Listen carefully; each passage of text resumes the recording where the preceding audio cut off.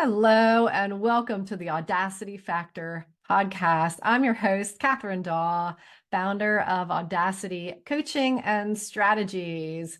I'm really excited to record this first episode for you. The tech's been really interesting, so I'm really hoping this comes out really well. I'm doing both video and audio for Spotify and for my podcast and for YouTube as well. So I don't know that y'all really wanted or needed to know that, but there it is. I have a tendency to, you'll find, I definitely riff and generally off the cuff, I'll have kind of an overarching topic for each episode, and then I just really allow it to go where it takes me. This is, part of my coaching, but also what I live and what I teach, and based on a lot of my own experiences. Like many of you, I've had a lot of trauma and have had to recover from those, AKA the healing process, because I do find it is a process, but a process that we can definitely make easier and stop resisting. So much of what we experience now is based in still shoving things down, denying that we need help or denying that we're in pain. And I remember there was one point in my life a number of years ago when I was in so much pain due to some family trauma. I was also in an abusive relationship that I thought, oh my gosh. And I didn't even know that level of emotional pain, and which translated to into a lot of physical pain for me as well. I didn't know that even existed. And I thought to myself, well, God, I can't be the only one that's experiencing this level of pain.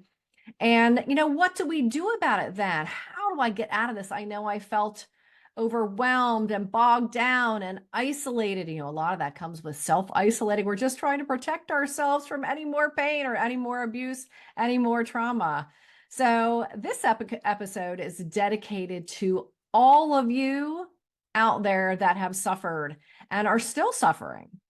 Our suffering and struggle comes so much from resisting things like what I consider expiration dates, resisting the need to actually take a look at what's happened and how we feel. We can only shove those feelings down so much until they show up in other ways. A lot of times that could be physical manifestation. I had all kinds of wild and weird physical manifestations after such prolonged trauma. I developed severe anxiety.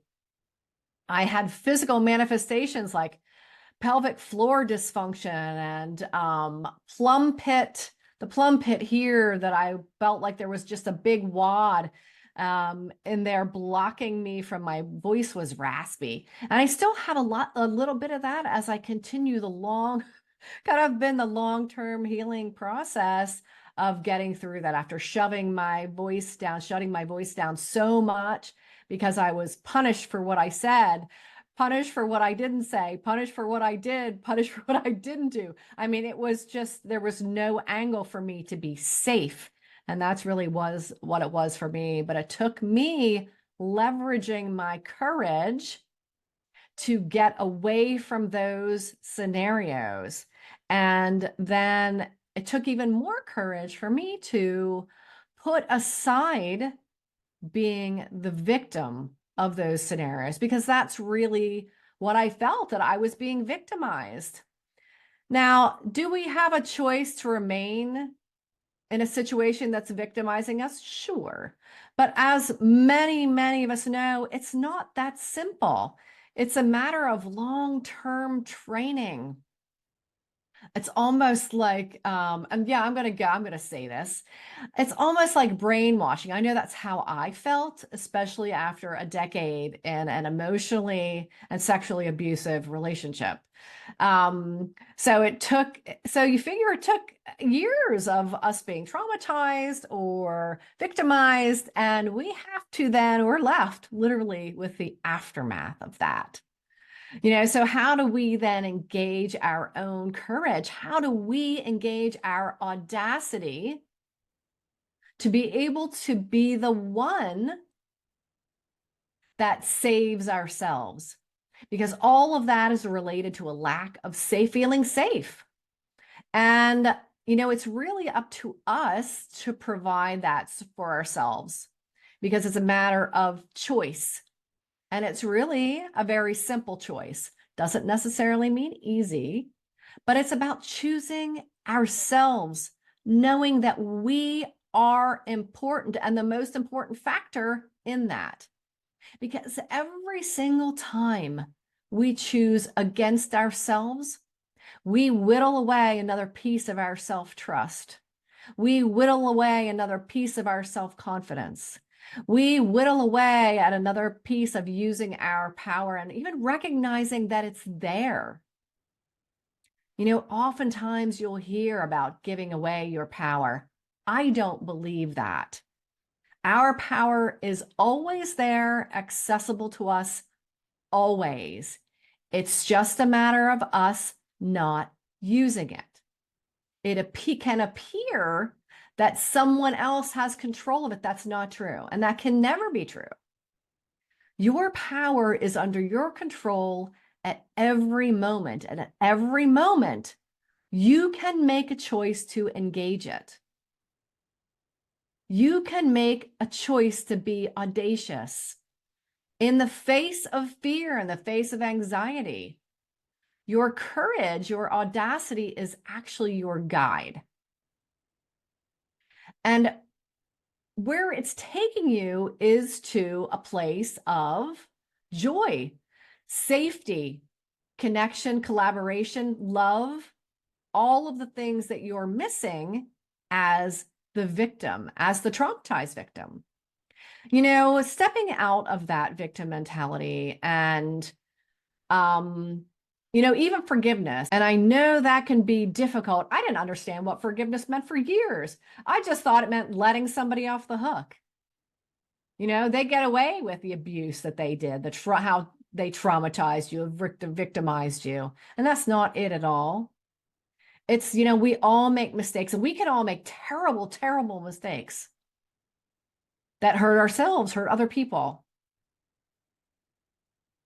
But forgiveness is knowing that it was a mistake and that we get to start over again. And we have to, forgiving other people is about letting yourself off a hook of remaining attached to your past. We can either breathe life into what we want or we can breathe life into what we don't want. That's really it. There's the power of just two things. You can empower yourself or disempower yourself. Any choice that comes at you can be reduced to these two things. It's really very simple and very powerful. Complicating things, I absolutely believe that complexity is the enemy of growth. And if you want to be able to reach whatever potential you believe you have, or some ideal destination of who you are and what your life is, forgiveness has got to be your baseline. Stepping out of the victimhood has got to be your baseline. Stepping out of resistance has got to be your baseline. This choice between the two things provides you with a solid structure because you're either going to empower yourself or disempower yourself. You're going to breathe life into what you want or breathe life into what you don't want. So what does that look like for you? I had no idea. I didn't even know that was a thing. If you asked me a decade ago, the thing that I would be saying to you is I just want to be out of pain. I want to escape this pain. I need it to go away. And it doesn't have to be that the pain of not doing it, becomes greater than the pain of doing it. Because you get to choose in any moment. And I believe that simplifying it in this fashion can really empower you to choose sooner, choose yourself sooner. You know, every time, again, we choose against ourselves, I compare this to the disco ball. And we're all a disco ball. You know what a disco ball looks like. It's got all the little mirrored facets. And every time you choose against yourself, you turn one of those mirrored facets around into that, you know, it's that matte gray on the outside, on the inside. So that's what that looks like. And the more you do that, that disco ball then just turns gray, and the very few pieces of your actual light are shining anywhere other than inside, bouncing around, wanting to get out. You know that you want to, but you don't feel safe to. And how, after so many times of choosing against yourself, you don't trust yourself anymore. I know I didn't trust myself to make any choices. I was so confused about everything. Again, the form of emotional trauma for me was gaslighting, which I didn't even know what that was, or that it was a thing, and narcissism. And that literally is one of the forms of abuse, emotional trauma and abuse, that I think really can fly under the radar until you're so steeped in it, you're thinking, how the heck did I get here?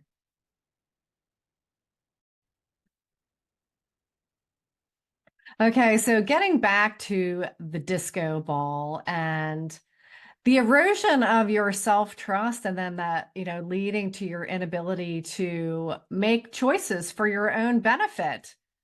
That really is kind of that slippery slope that once you start on it, you can you don't even realize you give a little tiny bit and you give a little bit more. And then each one of those pieces, though, you're choosing against yourself. So, you know, we have this idea of noble sacrifice, or what I want to say, it'll come to me in a second. But anyway, it's right on the tip of my tongue. But anyway, but it's sacrificing kind of for the greater good, even though, you know, whatever situation you're in that's traumatizing is not the greater good. And, you know, when we've eroded so much of our self-trust, our self-esteem, our self-confidence, we end up isolating and self-isolating, that we just don't know what to do. You know, and this is where the power of the two things comes in. You know, you can start small. Start by saying, you know what? I like this shirt. I'm going to wear this today, no matter what anybody else thinks or believes or somebody said about it. It doesn't matter. You like it, you choose it, you wear it. And wear the heck out of it. Because these are the little things that we can do for ourselves in our rebuilding. Because that's really what it is. It's a rebuilding and uncovering and discovering as well. Because oftentimes you will discover things. That's my dog, one of my dogs. You will discover things about yourself that maybe you didn't even know. Maybe you didn't remember. Or maybe it's just something you realized, something about yourself that you want to be. But you've got to be able to start somewhere. And that's by stepping out of victimhood, stepping out of any blame, recognizing, yes, it did happen, but not continuing to breathe any kind of life into it. You want to breathe life into the life that you want to create for yourself. So breathe life into building your self-trust.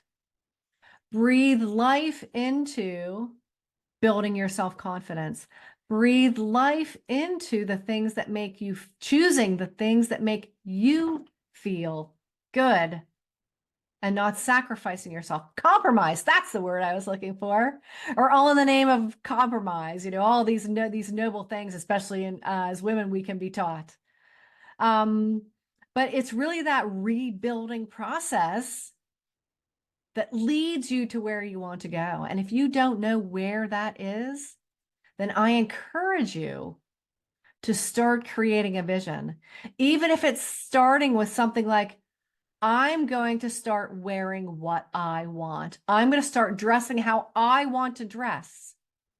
And it could be a pair of earrings. It could be a hat. It could be a different type of shirt. It could be anything.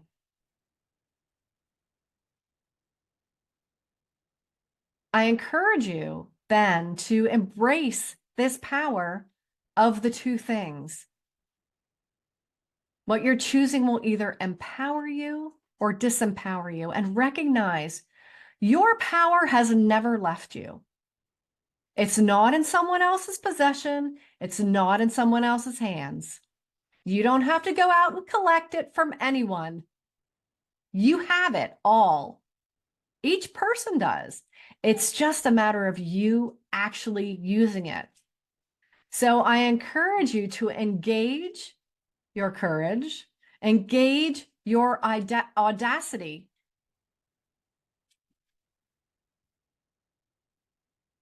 For yourself. All right, this is going to conclude my first episode of the Audacity Factor. I'm here on Spotify and on Apple Podcasts, also on YouTube. So I will see you soon. And I've started a trend for myself of making micro content.